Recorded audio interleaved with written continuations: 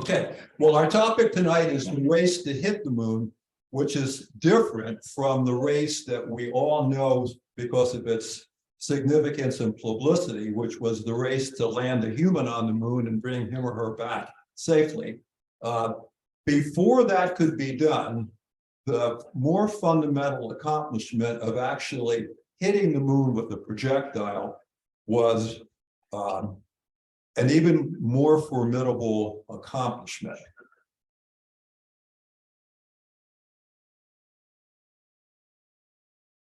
And the presentation tonight features Jules Verne, Wernher von Braun, and Sergei Korolev. More about them imminently. So, humankind has stared in wonder at the moon for ages. And at some ancient moment, one of our distant ancestors, pondered the possibility of reaching it. It'd be interesting to know just how long ago that thought entered the human mind.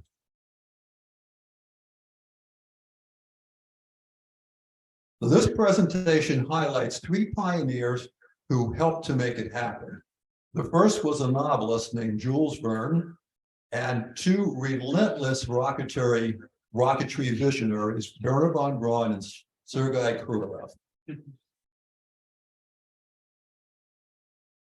So before humans could land on the moon, it was essential to develop the technology to hit it with a projectile, as I mentioned. And this was the initial quest of all three of these men. It was quite a ride. It was a gripping story. And perhaps most significantly, most of it was hidden for decades. A lot of what you're going to see tonight was never in the newspapers during the time that this was taking place. There were 6 essentials that had to be achieved in order to hit the moon. The first was you needed a talented leader and team. Secondly, you needed a launch vehicle that could actually thrust the number 3 item, the projectile, to the moon. You also needed the science and math to plot the journey. You needed a good launch site, not any launch site would do. And hopefully you had guidance and communication.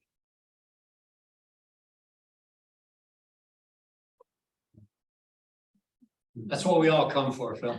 Yeah, now this is getting cut off and it's too big, Michael. Hang on.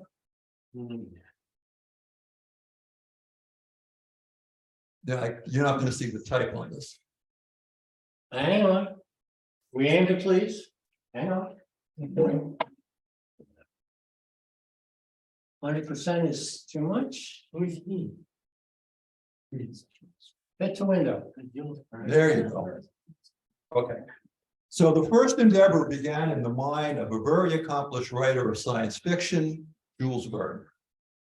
And Verne wrote his novel From the Earth to the Moon immediately after his very famous The Journey to the Center of the Earth and before 20,000 Leagues Under the Sea. Wow. In 1965, Verne proposed how to hit the moon in his novel. He based the story not on whimsy and fantasy, but on existing math and some energetic conjecture about what was yet known, not known, to propose, I should say, solutions to the 6 essentials. This and successive pictures, by the way, are from the illustrated version of his novel. It was popular to the extent that a few years after the original and expanded version of pictures came out, and that's very helpful in illustrating his story tonight. So, number 1, his leadership. The main leader of the project was the fellow on the left in the tall hat, Impre Barbicane. He was the president of the Baltimore Artillery Club immediately following the end of the Civil War. And he and his fellow club members were very despondent because there was no war on the horizon, and they thought that their talents were now obsoleted. So in order to improve their spirits and give them a really great challenge, Barbicane proposed hitting the moon with a projectile, with a very large cannon. And he was assisted by two experts. One of them, Maston, was a projectile expert. You can see them on the right. The other was Major Elphinstone, who was a munitions expert. The launch vehicle for Verne would be a cannon, 900 feet long. Now, the cannon is shown here lying on the ground, but its intent always was to be cast vertically in place in a hill above sea level. But this drawing shows you just how big it was. It would be powered by 200 tons of what was called fulminating cotton. And that's cotton that's saturated with nitric acid, which happens to be about 4 times as compact as gunpowder. Even so, the amount of power needed would occupy 180 feet at the bottom of the cannon. The projectile itself was an aluminum bullet. It was 9 feet in diameter, 18 feet in height, with walls 2 inches thick. And the importance of this size will be seen momentarily. At the time, aluminum was a very rare and precious element. It was considered to be more valuable than gold because so little had been discovered. And Verne actually not only raved about its qualities and potential, but foresaw a fabulous future for aluminum once we could find enough of it.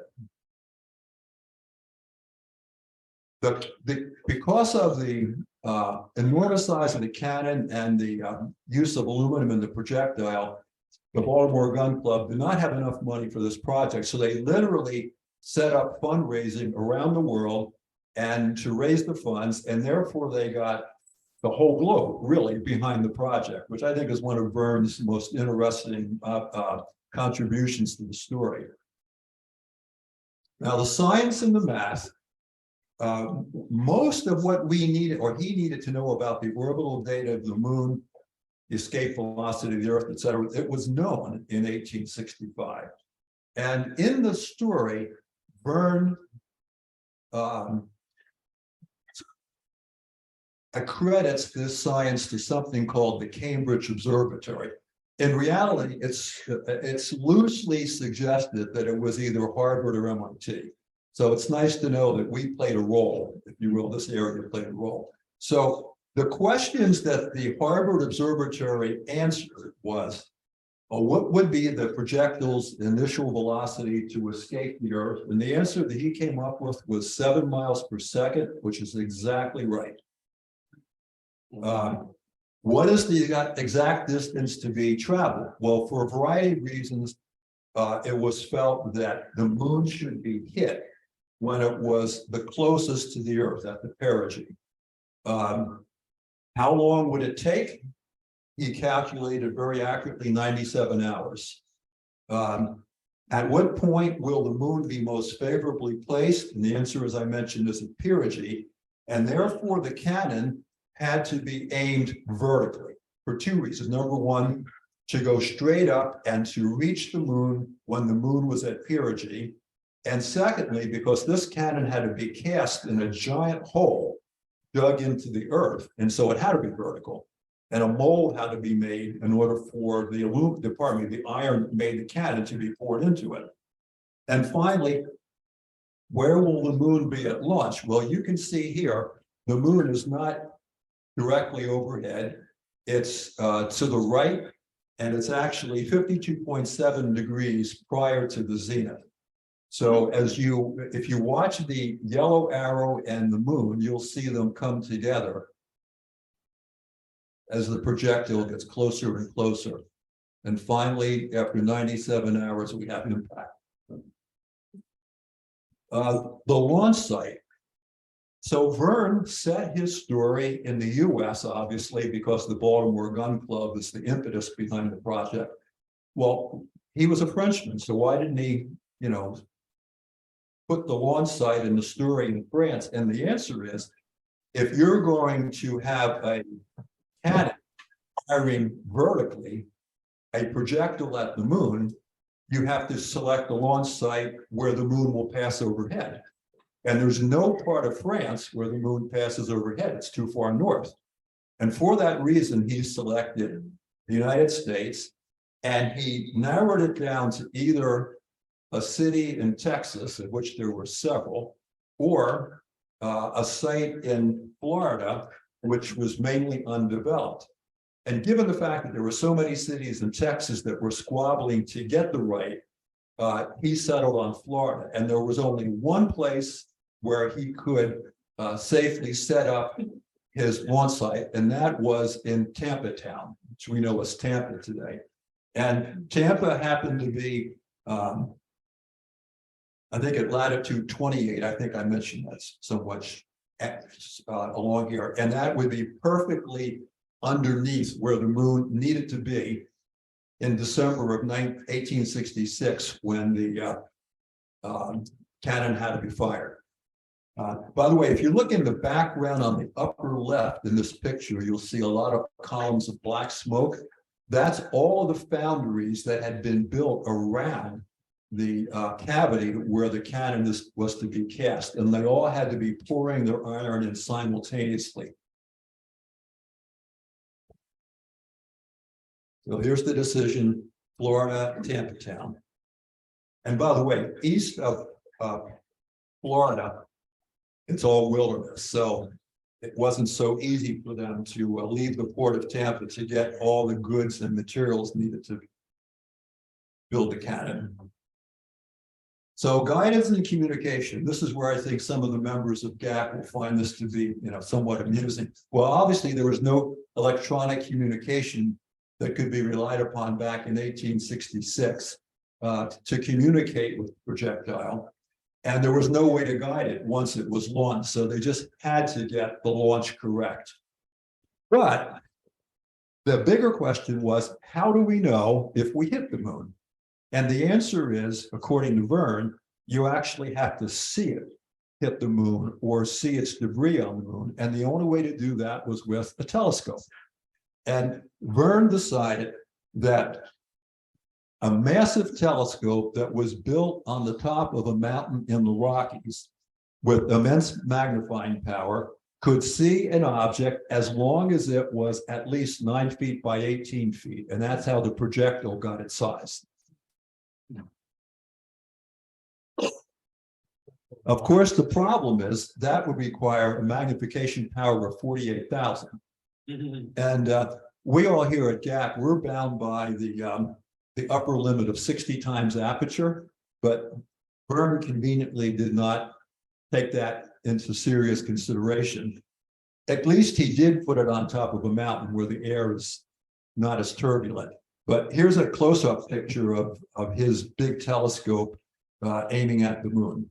So the idea was you would see the projectile hit and you know if you had a success or a failure. So Verne now had satisfied the 6 essentials, but of course, to make this into a story, you have to have opposition, and his opposition was this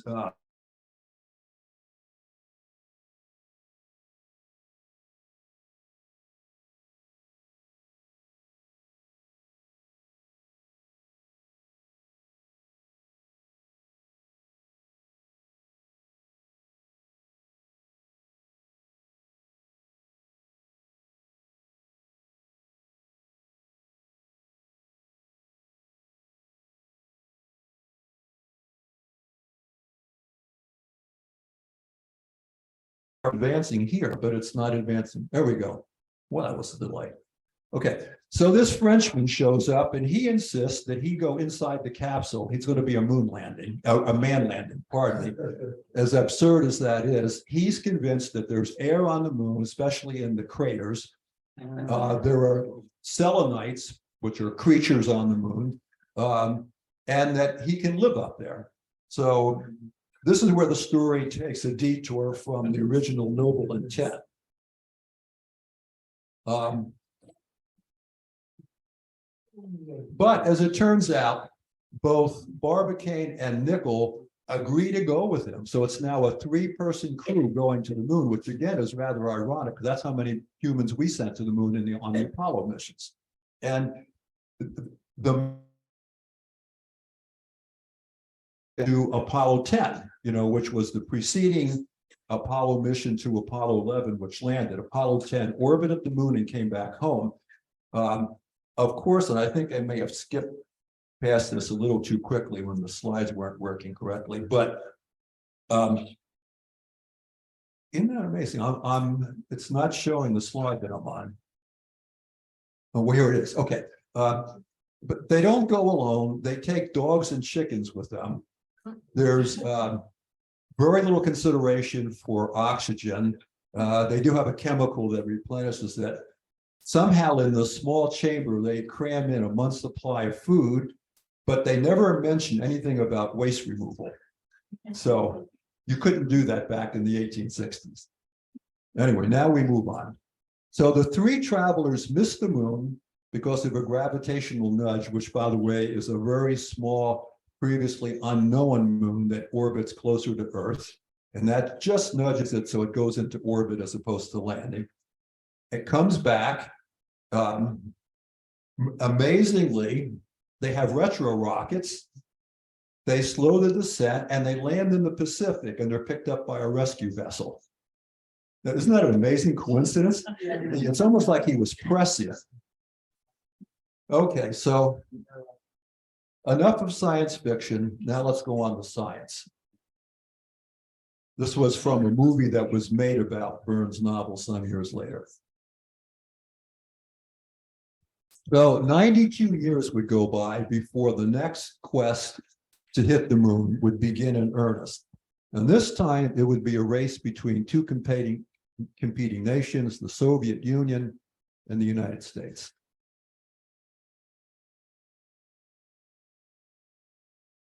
So here's the prelude to the story. After World War II, both the Soviet Union and the US sought out the scientists and engineers of the German V-2 rocket program. There was a mad dash to try to get as many as possible into either the US or Soviet camps and to grab as much hardware as possible. The Russians, in the end, only secured 1 scientist of note, a few technicians, and not much in the way of hardware. This is going to play a big role in the story, as you'll see. Most of the German scientists and technicians fled west and surrendered to the Americans. Through a Herculean effort, more than 1,000 V2s, either complete or all the parts to build them, were found by the US, packed, and sent home. Now, here's what's really notable about this. The location of the factory to build the V2s was in what was going to be the Russian zone. The United States Army had gone past it, but they had a strict deadline on when they had to abandon it, and the Russians would move in. And in the space of I forget whether it was 3 or 4 weeks, they cleaned it out.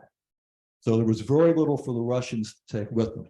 A total of 700 Germans associated with the V2 came to America under the name Operation Paperclip. And amongst them was their young leader, Wernher von Braun. The leaders of the projects to come for both Russia and the United States were ironically connected. The Russians tried desperately to find von Braun, but when the NKVD, that's the forerunner of the KGB, learned he was with the Americans, it tried and failed to lure him back with bribes, and he wasn't buying. So there was no German leader capable of organizing and running a missile program. And so the Russians looked inward. And this led to the rehabilitation of an imprisoned but innocent Russian rocket engineer, Sergei Korvalev. In effect, By joining the Americans, von Braun would save this man's life and therefore save the life of his greatest rival. That was not known at the time. And here he is.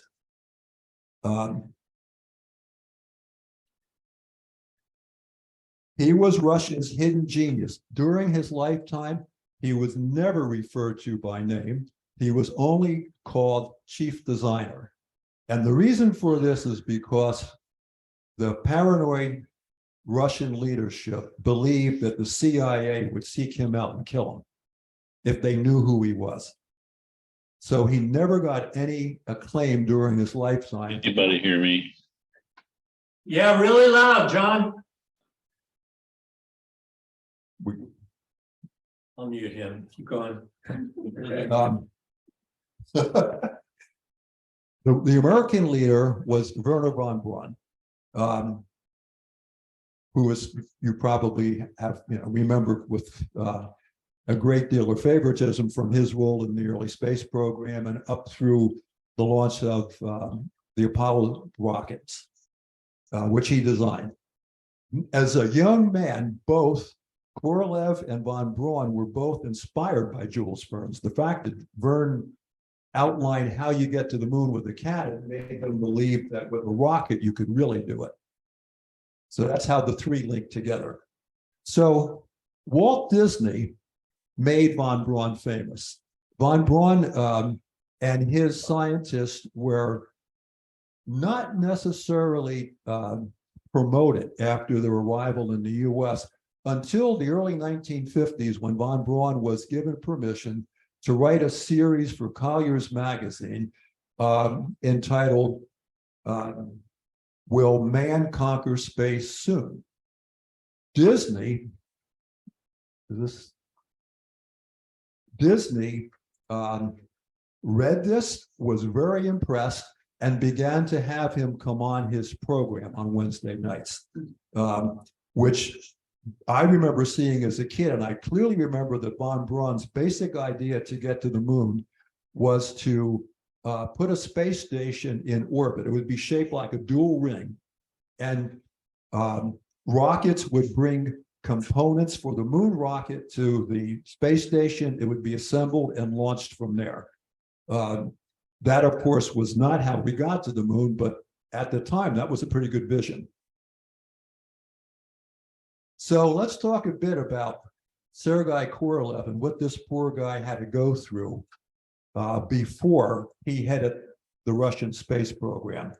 When he was 32 years old and one of the top rocket scientists in Moscow, he was falsely arrested in 1938 during Stalin's paranoid Great Terror, along with all the other Soviet rocket scientists. You may remember, if you've read about this, Stalin was convinced the intelligentsia was out to get him, whether it was doctors or scientists or college professors. He just had them all arrested, sent to the Gulag, where most of them died. Korolev was sentenced to 10 years of hard labor. He suffered greatly. His jaw was broken a number of times. He was physically really beaten up. And he was barely kept alive during World War II to perform technical labor. The idea was that once the war was over, he would be left to die. But because von Braun was with the US and he was needed, he was put in charge of the Soviet rocket program. And amazingly, he expressed his gratitude to Stalin, the very man who ruined his life. Von Braun and his fellow Germans set up shop in Huntsville, Alabama, and they reported to the Army, not the Air Force, because back then, missiles were considered to be adjuncts of artillery, just as was the case in Verne's thinking. The artillerists were the people who were going to fire missiles in this case. And initially, they assembled and launched V2s for testing in both Cape Canaveral and also in White Sands, New Mexico. And then they were assigned the task of building the first missile capable of carrying a nuclear warhead, the Redstone, which figures very prominently in the story to come. So both the Russians and the Americans settled on military launch vehicles for their first rockets. And both Korolev and von Braun realized that they then had the means to build a rocket that could reach the moon, but neither dared voice it because the priority for the respective armies back then was to build ICBMs to carry nuclear warheads to blow up the opposition, not to fritter resources away by launching satellites or moon probes. Korolev's missile had to be much more massive than von Braun's because it had to travel a great deal further to reach the enemy's capital. And so, number two, the Russian launch vehicle was absolutely huge. It was far more powerful than von Braun's, and this would actually give Korolev a great initial advantage when aiming for the moon. The rocket was known as the R7. Its actual name in Russian, if you translated it, would just be 7. It was never referred to by a name like the Redstone or the Jupiter or the Saturn. It was just a number. It stood 100 feet tall, not counting its payload, was an astounding 34 feet in diameter, weighed 280 tons, was a true monster for the time. And that's because it had to fly 4,600 miles and carry a bulky 3-ton nuclear warhead. The Russians, as you probably know, got the secrets for the atomic bomb from traders inside the Manhattan Project.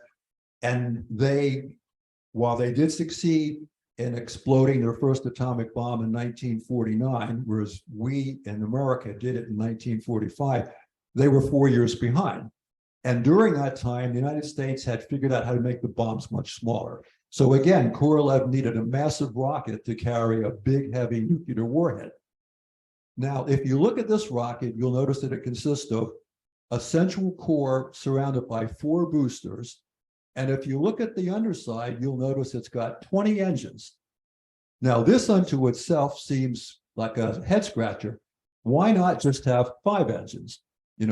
Have just this one in the central core and one in each booster.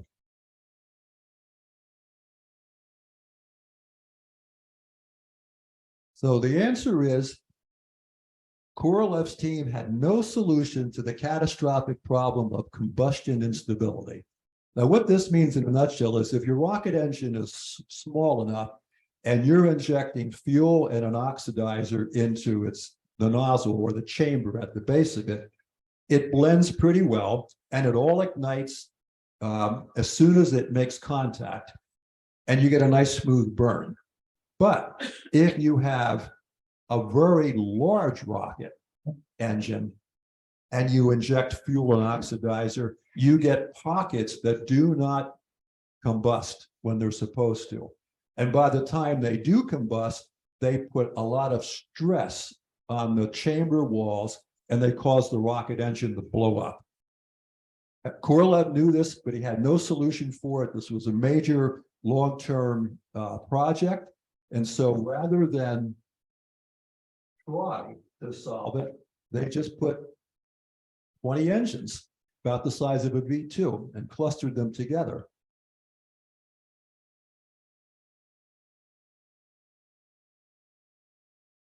So to develop enough thrust, the rocket team, as I said, had to put 20 small engines together surrounded by the 4 boosters. So again, if you look at Korolev's rocket from underneath, you see all these engines, and the smaller engines surrounding the central core are vernal thrust engines. These are used to course correct the rocket. So it was a very ingenious design. And even though it looks kludgy and complex, it was very reliable, and the Russians to this day use this fundamental design of a cluster of 5 groups of engines.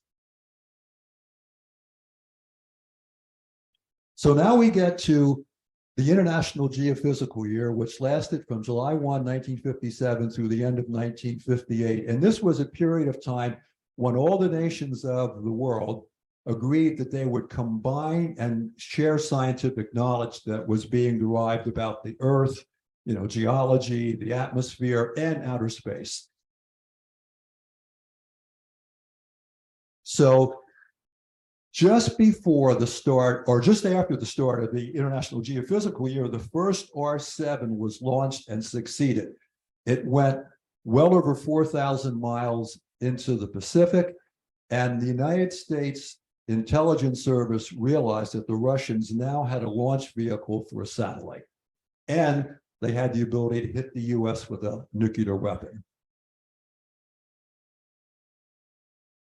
Korolev at this time used the opportunity finally to persuade the Soviet leadership that he could use this to launch a satellite during the International Geophysical Year, and he made rightfully the boast that this would give the world the impression that the Soviets were the leaders in science worldwide.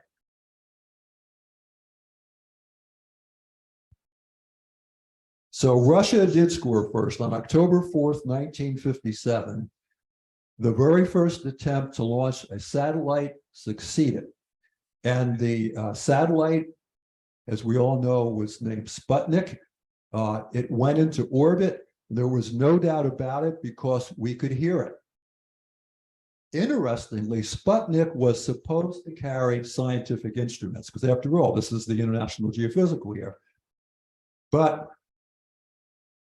the instruments were each provided by a different laboratory in Russia. And when they all got to Korolev, they didn't fit.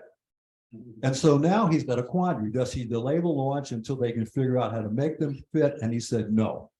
And he put them all on the shelf for use later. And instead, he had his team design a simple radio transmitter and a large chemical battery. And that's all that Sputnik had. However, you could hear Sputnik. If you had if you knew the frequency and you had radio receiving equipment, you could hear this satellite whenever it was above the horizon. And this was the sound. Just a simple beep. But from that beep, you could determine altitude, speed, and vector. And that was about it. So von Braun actually was all set to launch a satellite a year earlier, but he was denied. You may say, well, why in the world, if we're ready to go, would he be denied? And the answer is, in this day, there was no NASA. There was simply a rocket program at each of the three services. The Army, of course, was in the lead because it had been working on missiles to deliver nuclear weapons from Germany into Russia. Von Braun proposed using that same missile, the Redstone, which was so reliable, as the first stage. And for the upper stages, he would use solid fuel Sargent rockets, which were used to fire conventional explosives on the battlefield. So he had rockets that he knew would work. He had built this missile, the Jupiter C, to be used to provide testing for re-entry of nose cones. And he was set to go, but the country decided, no, we don't want a military vehicle to launch our first satellite. We want an independent civilian space-oriented rocket. And so the Navy's Vanguard program, which was never designed to carry nuclear warheads, was given the nod. It would go first. And the project was rushed. And von Braun just had to sit on his hands. The Air Force at this point, you would think would have had a missile program. Well, they didn't, but that's going to play a role in a little bit. So disaster strikes on December 6, 1957, about 2 months after Sputnik, when it was decided that the very first Vanguard missile that's never been tested is going to launch a satellite in front of nationwide TV. Von Braun pleaded with them not to do this because he said, in all of my long experience, I can tell you, no matter how flawless you think the design of a rocket is, the first time you launch it, it's going to explode. That's just a given. And it's going to explode the second time until you get everything adjusted correctly so that the engines perform as they should. Well, he was right. It exploded. The whole world saw it. It was a huge embarrassment. And as a result, Von Braun was meekly told to proceed. And so, quick note here, NASA did not come into existence until late 1958. That's a little more than a year after Sputnik went up.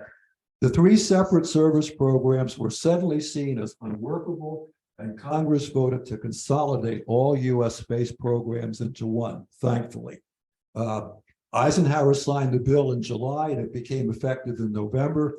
At first, as you can imagine, anytime you have a merger, it's an awkward marriage. There's always, jockeying for position, and there were hiccups. And so the decision to form NASA was a brilliant one for long term, but not immediately.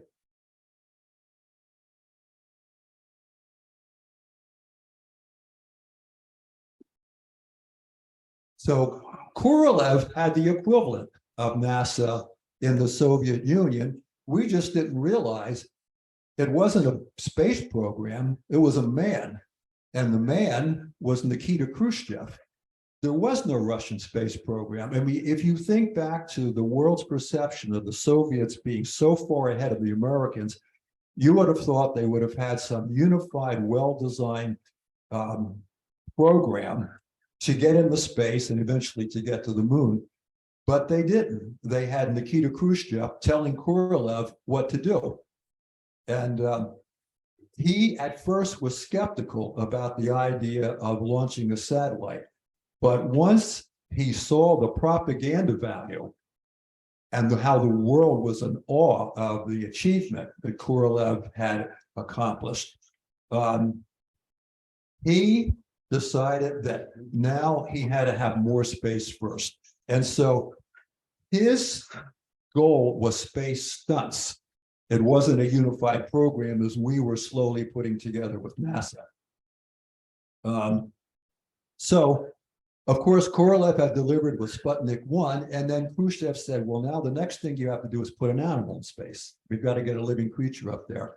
So a month after Sputnik, Sputnik 2 went up with the ill-fated dog Laika on board. Laika, by the way, means barker, because this little dog apparently barked a lot during testing. Now, the world was showing Laika inside of her capsule looking very happy. And we were told that 4 days later, she was peacefully put asleep before Sputnik 2 burned up in the atmosphere. In reality, she died in 4 hours after launch because the capsule overheated and she was asphyxiated. Of course, we never knew that. And then in the spring of 1958, the massive Sputnik 3, which was, over a ton, keep that in mind, we're talking about Explorer momentarily, did carry the instruments that had to be prepared for Sputnik 1. That was successfully orbited, and that did return scientific information. Korolev not only had to deal with Khrushchev, but he had to deal with rivals. It seems astounding that in a centralized country like Russia, where all decisions come from the top, Khrushchev approved not 1, but 3 missile programs. So the Russians went diametrically opposite to the US, and they split their budget 3 ways. So these gentlemen, Chelomai and Yangel, were his 2 principal rivals. This fellow Glusko was, I'm sorry, that should have gone forward.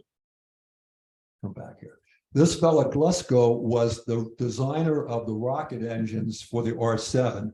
He had been a good friend of Korolev, but between these 3 men, they had a fascination with what Khrushchev called acid rockets.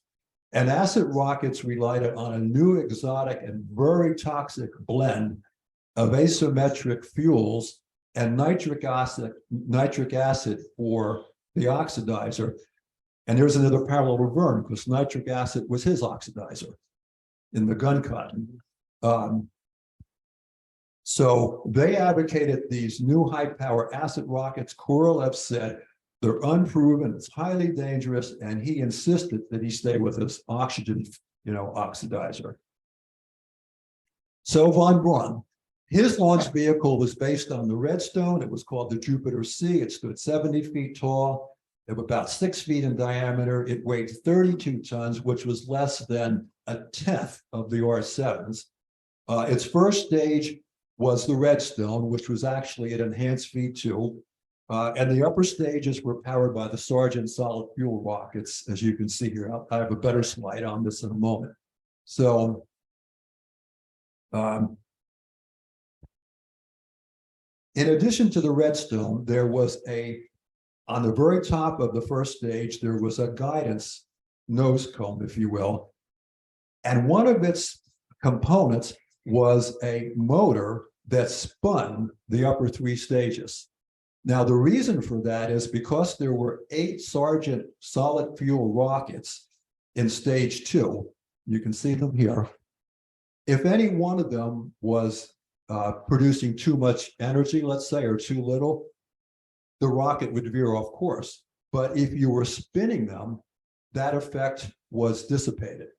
And whatever idiosyncrasies there were, they were spread evenly, and you would have perfect trajectory. Inside of the second stage was a 3 Sargent rocket third stage. It just fit in the center of this ring. And finally, you had 1 Sargent rocket on the very top that was part of the satellite itself. And the first time it was tried on January 31st, 1958, it succeeded beautifully. And by the way, this time it was done in the middle of the night with no press coverage. We all woke up the next morning to find we had a satellite in orbit. Unlike Sputnik 1, Explorer carried an array of scientific instruments. Most important was its cosmic ray detector, and I'll get to that momentarily. The sound coming back from Explorer 1 was much more complex than that of Sputnik because it was carrying telemetric data.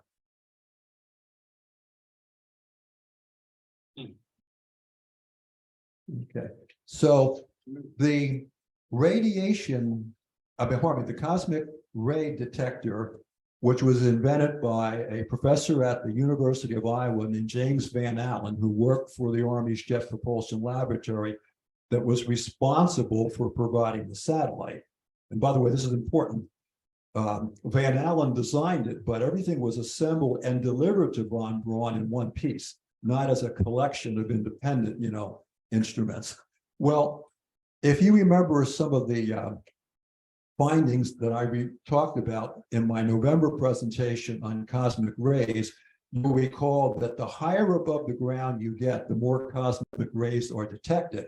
And these are primarily due to secondary collisions in the atmosphere. But once you pass the atmosphere, there should be a very dramatic increase in the number of primary cosmic rays. That means, the nuclei of atoms that are coming in from all around the universe. And what happened was Van Allen's instruments found that wasn't the case. We didn't get this massive increase, which meant there had to be a magnetically charged layer, if you will, a belt around the Earth composed of ionized particles that had been captured from the sun that were protecting us. And so the Van Allen belts were discovered by the very first satellite that we launched. And then soon thereafter, Explorer 3 worked, and Vanguard finally got one into orbit soon thereafter. So now we get to where Korolev's launch site was. It was in Kazakhstan, far away from any borders with the Western country. It's 1,300 miles southeast of Moscow. It's 4,000 miles west of the Pacific. It's at an uncomfortable 46 degrees north of the equator.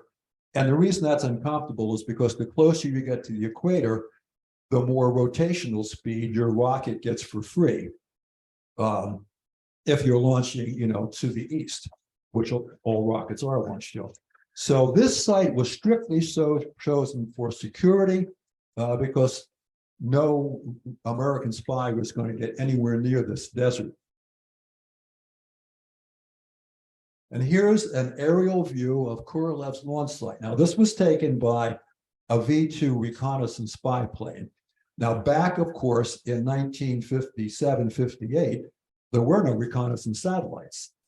That would come after we had a lot more satellites in orbit. So we relied on these V2 spy planes to take photographs, and they discovered his Cosmodrome, and that's the headquarter building, that's the building where his staff worked. It was a very unfriendly place, by the way. It was 110 degrees by day. It was freezing cold in the summer. It was freezing cold in the wintertime. And of course, the launches took place 12 months a year. So all of the scientists working for the Russian space program put up with brutal conditions. Von Braun launch site was the red dot on the east coast of Florida, Cape Canaveral. The arrow shows you Jules Verne's launch site. It's amazing how close they were. Pad 26 at Cape Canaveral would launch Explorer 1 and all the lunar probes to come. It's at 29.4 degrees north latitude, which is much more ideal than Korolev's site. This is a view of the Cape Canaveral launch site back in around 1958. There's Explorer 1 on the pad, and the rocket you see below is the first one we're going to talk about in the Impact on the Moon program, the Pioneer rocket. We'll talk more about this in a second. Now we get to where did the science and math come for both programs? Well, the Russians got theirs from what they called the Institute. It was actually the Institute of Physics and Technology in Moscow, where all of their leading engineers and brightest scientific minds were located. Here's a staff picture. Our science and math came from the Jet Propulsion Laboratory outside Pasadena, California. Now, this started life as an agency of the U.S. Army in 1944 to work on jet engines. And back then, you may recall, the Air Force was actually part of the Army Air Force. So this is where a lot of jet engine technology was worked on, but they very rapidly transferred their effort into rocket research.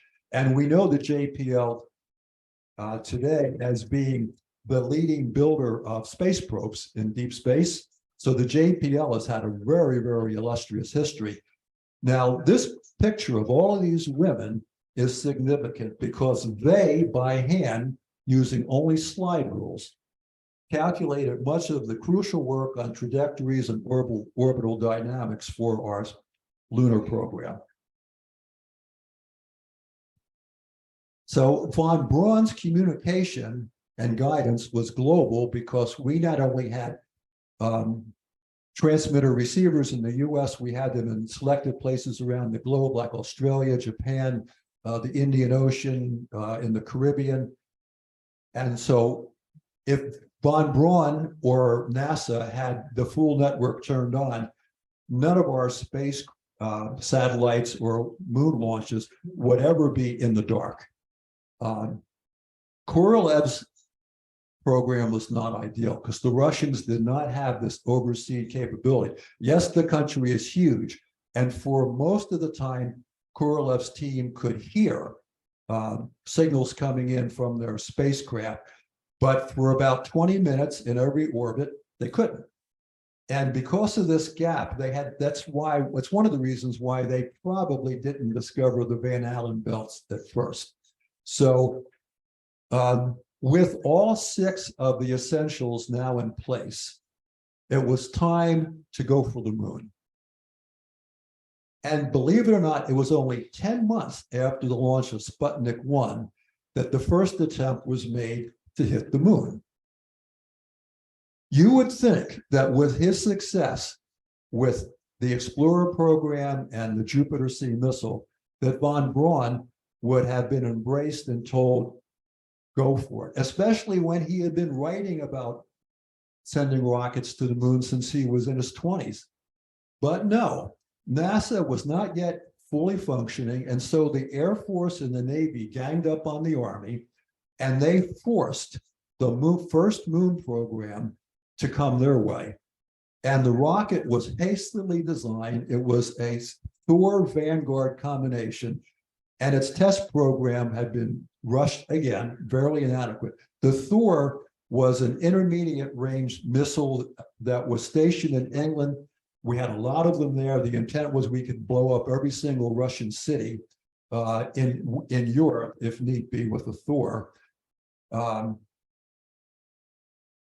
And that missile was combined in like a kludge-like fashion with the second stage of the very iffy Vanguard rocket. And that's the combination that we were going to use to hit the moon. The Russian program consisted of Luna projectiles, which looked pretty much like bullets. Our Pioneer was somewhat different. It looked more like a top. And in those days, there was not a lot of computer testing equipment or monitoring systems. And so every single setting, valves and whatnot, inside of a missile had to be done by hand. And that meant that if the operator made a mistake, watch out. And there was no shortage of attempts to hit the moon. 9 phase 1 Luna craft would be sent to hit it or orbit it, and 8 Pioneers. So now we're going to ask for a poll to be taken by Michael or an assistant. And that is, well, I want everybody to raise your hand when Michael calls out, or Michael, are you going to do it? Or I have is Eleanor? Okay. I've recruited Eleanor. She has the sheet and the red pen. No, Phil has the sheet now. No, I give it back to, it should be on the, Oh, here we go. no, isn't it back on the table? Because, Ah, yeah, it's right there. So, the mysterious, Yeah. the purloined letter. oh, Right. now this time, Eleanor, all you have to do is just write the number of Right hands. number. How many people say 7? Okay, so, Alrighty. so as I mentioned, you can see right here, there were 9 Russian attempts, there were 8 US attempts. 2 of the Russian attempts were intended to orbit. So the question that you're going to be, just random guesses, no one's going to be graded, is how many of each do you think was a full success? A full success means you actually hit the moon, or in the case of the 2 Russian crafts, you orbit it. Anything else is a failure. So All right, for the Luna, 9 launched, how many things? 7? now I'm going to already make it a little easier for you by making the highest number you can guess 7 in both cases. And the lowest is 0. Okay, so anywhere between 7 and 0, just raise your hand when you think. 6.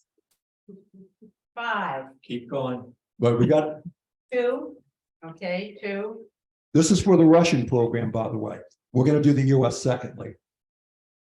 4. 3. 2.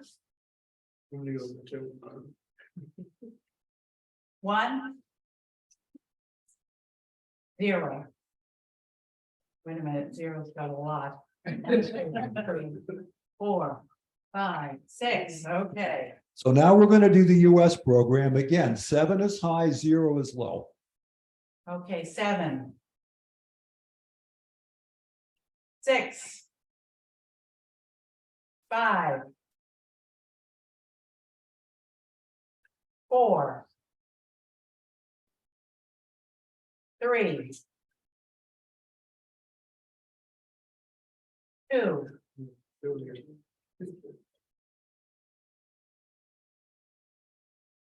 1. 0. 1. Okay. 3. Thanks, Eleanor. You'll hold on to that, and we're going to show you the results. So we're going to go through these. So Korolev went first, urged on by Khrushchev. And on September 20th, which I said was not even a year after Sputnik 1, he sent the first lunar probe toward the moon. However, excessive vibrations caused it to fail. And this is important. We never knew about this test. That's because the Soviets never reported their failures if they were contained inside the Soviet Union. So the first one, failure. The US went second with this combination Thor Vanguard rocket, which is called Thor Able. It failed because the first stage exploded, just like von Braun predicted. Now we get to the next couple. On October 11th, both countries tried. The Russians tried, their rocket exploded. The US tried, the second stage, that's the Vanguard portion, cut off, which was one of its chronic failures during the Vanguard program. They hadn't solved it, so we have more failures. November 8th, we come back, second stage cuts off. Failure. December 4th, there's a seal failure and the R7 fizzles and just falls back to Earth. So December 6th, 1958, we go again. First stage cuts off, failure. January 2nd, 1959, the Russians almost hit the moon. The fourth Luna has a guidance problem. It misses the moon by 3,700 miles, which is like 1.5 diameters. But Khrushchev boasts about it. He says, just as we put the first satellite in orbit around the Earth, we put the first planetoid in orbit around the sun. So he made a big deal out of it. But it's only a partial success. It doesn't count as full success because they didn't hit the moon. We try March 3rd. This time, the fifth Pioneer, the second stage overperforms. It misses by a mighty 40,000 miles. So, Eleanor, I want to double down on my bet. so now we get into 1959. The fifth Luna, there's a guidance problem issue that fails. September 12th, 1959. Remember this date. The Russians hit. The sixth Luna hits the moon, but no photos are taken because there's no camera on board. So how does anybody know that it hit? The answer is the Russians knew there'd be skepticism, so they telephoned the Jodrell Bank Radio Telescope Observatory in England. They gave them the coordinates and the frequency of the transmissions. Jodrell Bank locked in and followed all the way to the moon's surface. It was undeniable. The Russians succeeded. So we have our first success. The following month, the Russians launch an orbiter, which also succeeds, and it takes photos for the first time of the backside of the moon. A lot of people at the time thought that this was a fraud. And the reason was because there were so few mare or seeds that were seen on the backside.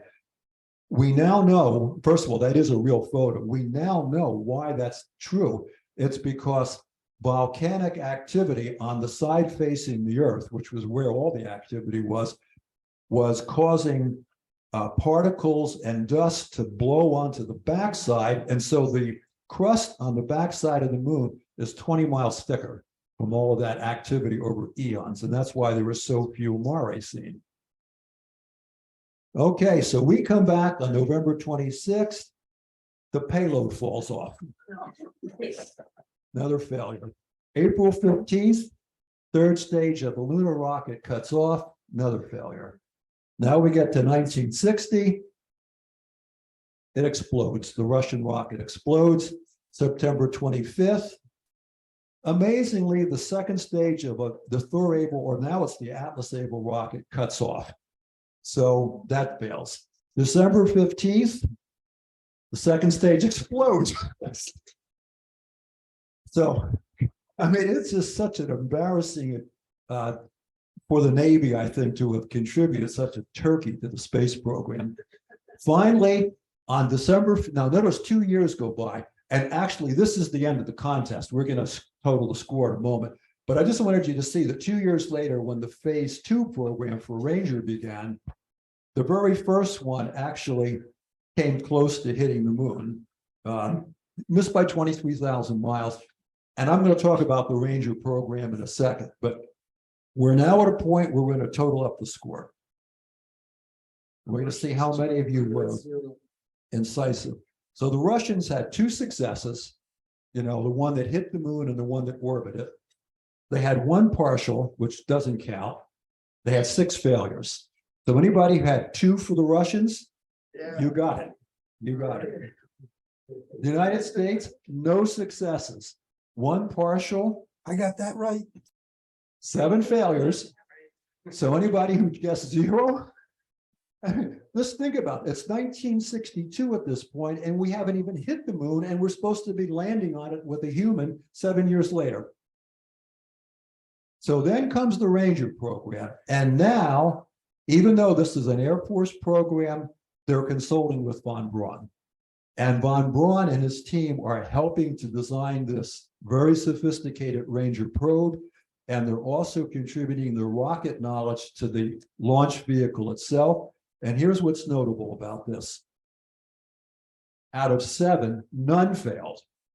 We had 1 that was partial, the very first one. The next 6 worked like a charm. And that's because von Braun was allowed to help to contribute and oversee the program. Now, why would von Braun and all those brilliant German scientists not be used? It's because there was all of this envy in NASA. They didn't want to see more German accolades. They wanted their own U.S. comrade or team members to get the credit. And that's why von Braun and his team really became very frustrated and wondered, would they ever be able to help our lunar program? So the first lunar photographs were almost as clear as the Dick Lukey sketch at the eyepiece. Almost. So these are 2 pictures from Ranger 4, which was the first one to return pictures. And now I'm going, get back here. Like the way these things go. So this, one of the instruments that von Braun insisted be put on the Rangers was a TV camera, which RCA developed, and it was in fact part of the array of cameras on the Ranger spacecraft. Now, you can see this is really blurry, but this is TV quality. The payoff comes when this gets very close, and it come on, I shouldn't be touching this with my finger. Come on, go back here. Let me get it started. The key is, we're in an amoeba loop here. The key is the just before the end. I'm going to stop it. You can see it's going to start to get closer and closer, of course.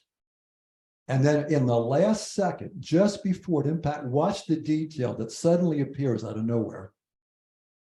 See that? We could never see that from the Earth. And that's why it was so essential that we send probes to the moon to photograph potential landing sites for the Apollo craft. The Ranger program was followed by Surveyor, which actually landed on the moon and took photographs of the local area. And also there's the program that went around the moon, the lunar orbiters, that took all the photographs needed to pick the landing site. You'll see at the end of this presentation, which is coming up, how this really handicapped the Russians. Okay, so the Russians gained no close-up data for the moon, which set back the certainty of the program, despite having much more sophisticated lunar probes as time went on. So that's the end of it. Let's hit the moon program. Now we'll just talk briefly about some of the events that happened in the space program, which largely were not known. So Korolev, with his limited budget, was constantly being asked to achieve space first, and he came through. The first man in space was Yuri Gagarin in April 12th of 61. There was a purported rendezvous between 2 manned capsules, Soyuz capsules, in 62. The Russians tried to claim that they were almost touching each other when they rendezvoused. Actually, they were miles apart, but it was a first. The first woman in space was launched in June of 63. The first spacewalker was March 18th of 65. But there were tragedies that were quickly hushed up. These are what we learned about in the West. But we didn't know about things like this, the Nedelin catastrophe. Now, Nedelin was the minister of ICBMs, the Strategic Rocket Forces in Moscow. And you remember Yangel was one of Kurylev's rivals. Well, he had developed this huge rocket you see on the upper right called the R-16, and it was taking a long time to get it ready for testing. So when it got to the launch pad in Kazakhstan, Khrushchev decided he wasn't going to take any chances with more delays. So he sent his top minister of rocketry to the launch pad to bolster Yangel, who was trying to, get this rocket off the ground, and catastrophe ensued. What happened was, you can see it blew up, but it's worse than that. It blew up at a time when they were trying to make a fix, and there was approximately 300 people in the vicinity of that rocket, 150 of which lost their lives. I'm going to show you apparently a shocking film in a second. But these were leading rocket scientists, engineers, and technicians wiped out just like that, including that man, Nadalin, who was sitting 60 feet away from it, directing it. The only thing that remained of this guy were his melted metals.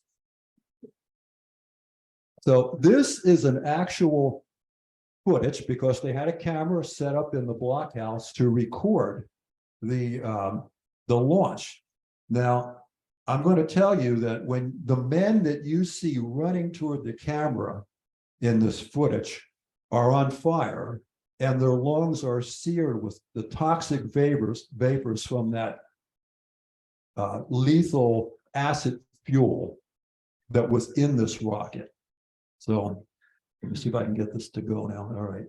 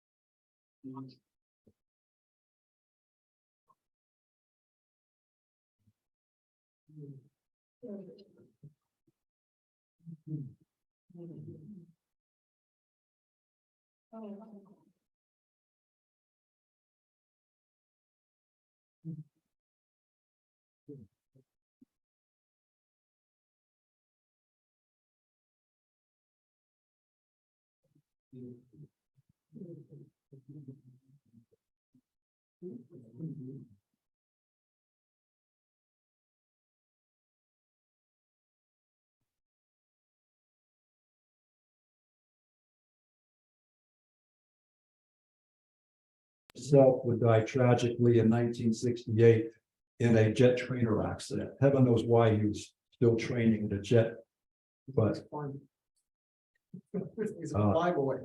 he was a flyboy. I guess that's it. Before he died, Korolev had designed this massive moon rocket called the N1. And if you look at the chart on the right, the first thing you see on the left there is the R7. You can see how small it is compared to the first Saturn I that von Braun designed, then the N1, and then finally the Saturn V, which was used to transport the Apollo astronauts to the moon. Von Braun is pictured here, standing next to the massive engines of the Saturn V, and we can see the Saturn V in the background. So as you know from earlier in the presentation, the key to a rocket this big was to solve that combustion instability problem. And they did it. This is the top of each of those 5 Saturn V engines.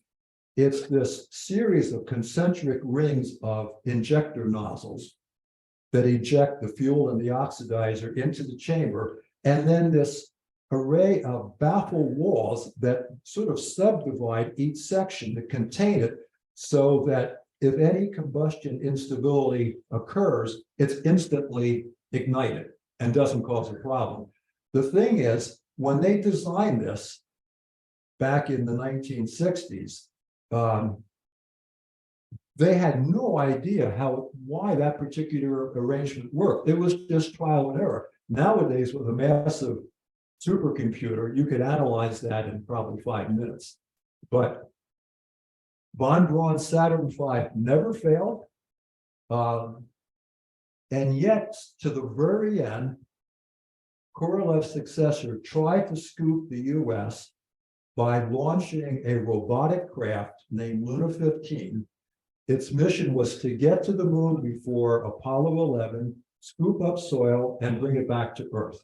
And they were going to claim that that's all you needed to do. You didn't need humans. A robot could do it just as well. But they didn't have adequate maps of the lunar surface to know where to launch it. And they kept orbiting, trying to find a spot. And finally, Armstrong and Aldrin are on the moon. And they don't have any time left. So they take a chance and they come down and they crash into the side of a mountain.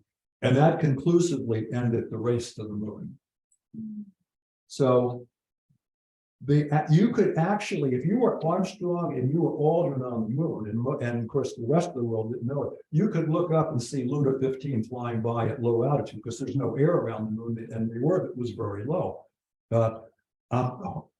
This was from German TV. It's not going to get much better than this, but what you're going to see is German TV showing you Luna 15.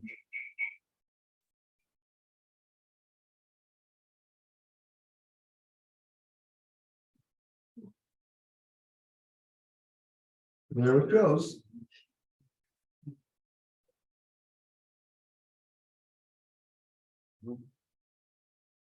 Wonder how they faked that.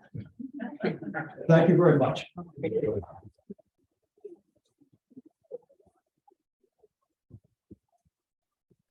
Well, I'm speechless. Right. Bill, I'm gonna stop your share and take some questions. Can I ask the first question? My computer froze right when you got to the end of the very first project, and I didn't understand or learn why the Jules Verne project stopped when it did. I froze for about 30 seconds and then you were on to the next thing. Which project? I'm not sure I understood where you were. The 90-foot cannon and all of that. 900-foot cannon? Shooting a bullet at the moon. You were talking about the foundries around and they were pouring the metal, and then my computer froze. It took me about a minute to get back in, so I missed that part. Whatever happened with that project? It worked with one qualification, and of course Verne had turned this into his story, took a detour, and 3 men were inside the capsules. They thought they could land on the moon and live there. But in real life. Yeah, but they narrowly missed hitting the moon and went into orbit around it, came back, and because they had retro rockets, believe it or not, they landed in the Pacific and were rescued by a ship. Wait, no, I'm sorry, I must have missed something then. I thought this was an actual real project. They were actually building the cannon in. That was not a real project. Oh, fuck me. I missed something at the beginning then. What was the story? Because Verne based it as much as he could on actual science, but actually it was fiction. I thought that was actually happening. Never mind. Thanks very I'm an much. idiot. Let's know that.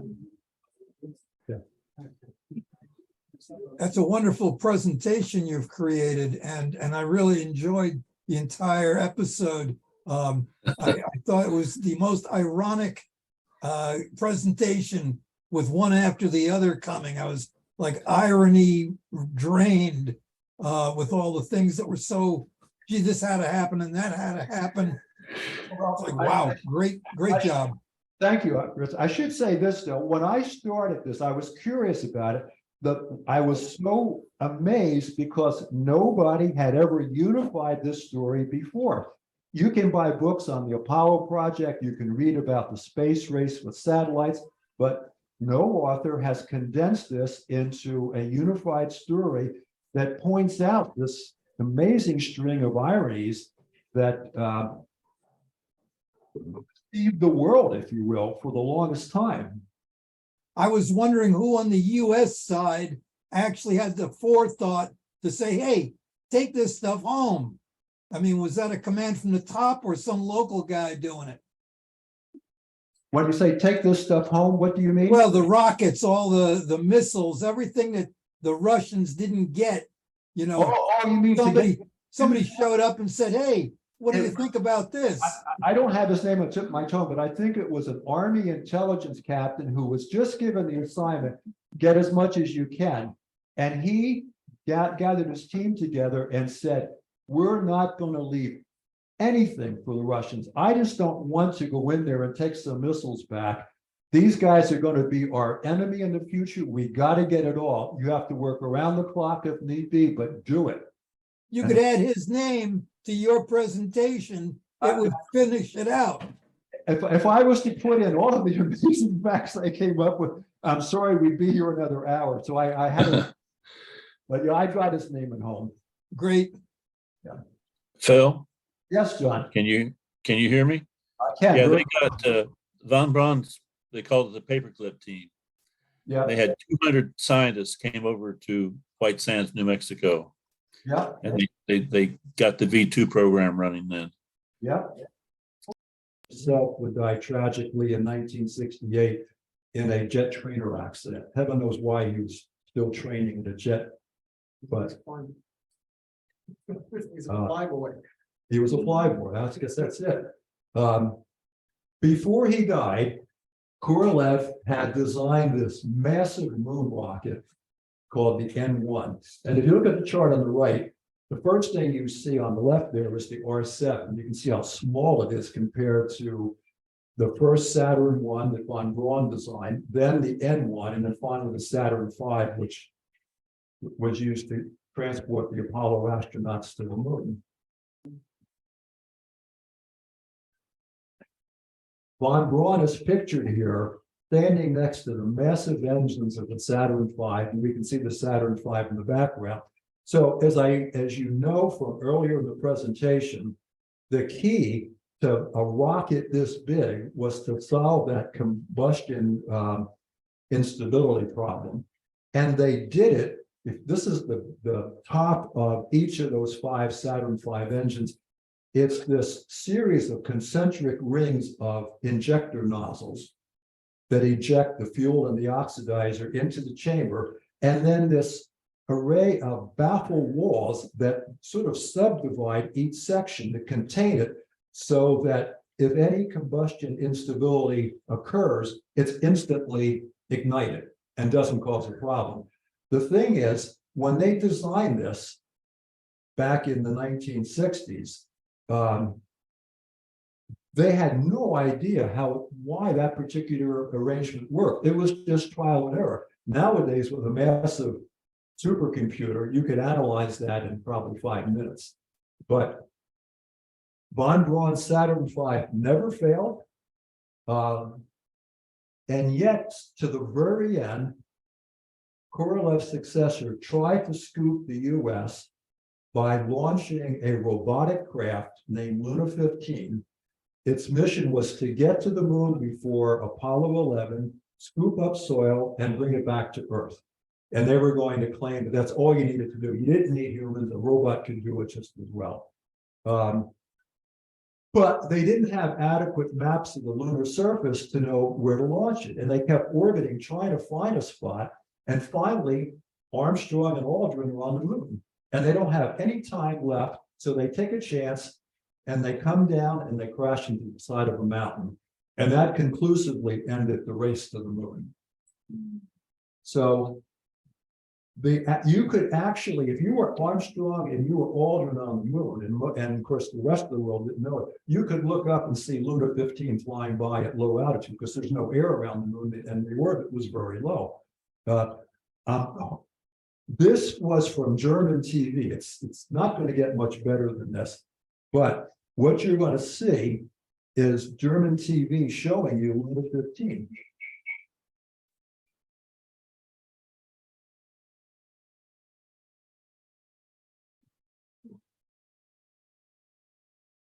There it goes.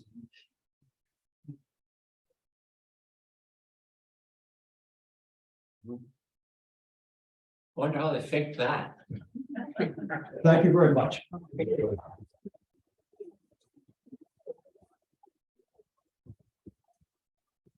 Well, I'm speechless. Right. Bill, I'm gonna stop your share and take some questions. Can I ask the first question? My computer froze right when you got to the end of the very first project, and I didn't understand or learn why the Jules Verne project stopped when it did. I froze for about 30 seconds and then you were on to the next thing. Which project? I'm not sure I understood where you were. The 90-foot cannon and all of that.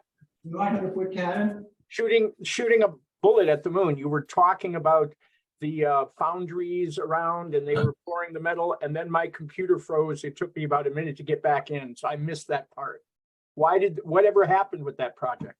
It worked with one qualification. And of course, Verne had turned this into his story, took a detour, and 3 men were inside the capsules. They thought they could land on the moon and live there. But in real life. Yeah, but they narrowly missed hitting the moon and went into orbit around it, came back, and because they had retro rockets, believe it or not, they landed in the Pacific and were rescued by a ship. But no, I'm sorry, I must have missed something then. I thought this was an actual real project. They were actually building the cannon in. That was not a real project. Oh, fuck me. I missed something at the beginning then. What was the story? Because Verne based it as much as he could on actual science, but actually it was fiction. I thought that was actually happening. Never mind. Thanks very I'm an much. idiot. Glad to know that. That's a wonderful presentation you've created, and I really enjoyed the entire episode. I thought it was the most ironic presentation with one after the other coming. I was like irony drained with all the things that were so, gee, this had to happen and that had to happen. I was like, wow, great job. Thank you, Chris. I should say this though, when I started this, I was curious about it. I was so amazed because nobody had ever unified this story before. You can buy books on the Apollo project, you can read about the space race with satellites, but no author has condensed this into a unified story that points out this amazing string of ironies that deceived the world, if you will, for the longest time.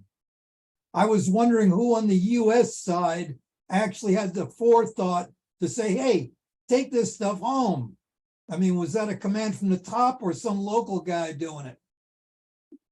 When you say take this stuff home, what do you mean? Well, the rockets, all the missiles, everything that the Russians didn't get, you know, you mean somebody showed up and said, hey, what do you think about this? I don't have his name on tip of my tongue, but I think it was an Army intelligence captain who was just given the assignment, get as much as you can. And he gathered his team together and said, we're not going to leave anything for the Russians. I just don't want to go in there and take some missiles back. These guys are going to be our enemy in the future. We got to get it all. You have to work around the clock if need be, but do it. You could add his name to your presentation, it would finish it out.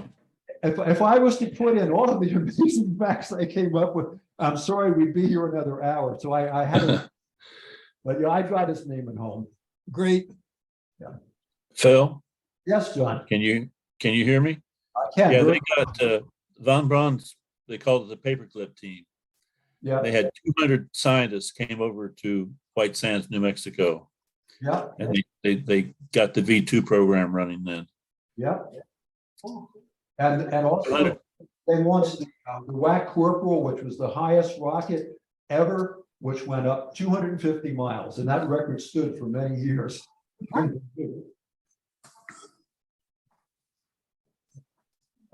you know, there was a lot of myth built up about the scientists and technicians from Operation Paperclip. Many of them think that somehow they infused the scientific community and that their descendants are controlling it today. But that's merely conspiracy theory because they were actually segregated. You know, they were discriminated against, and you never got that impression because we all knew that Werner von Braun and his team built the Saturn V and got us to the moon. We never heard, you know, the dark side of the story.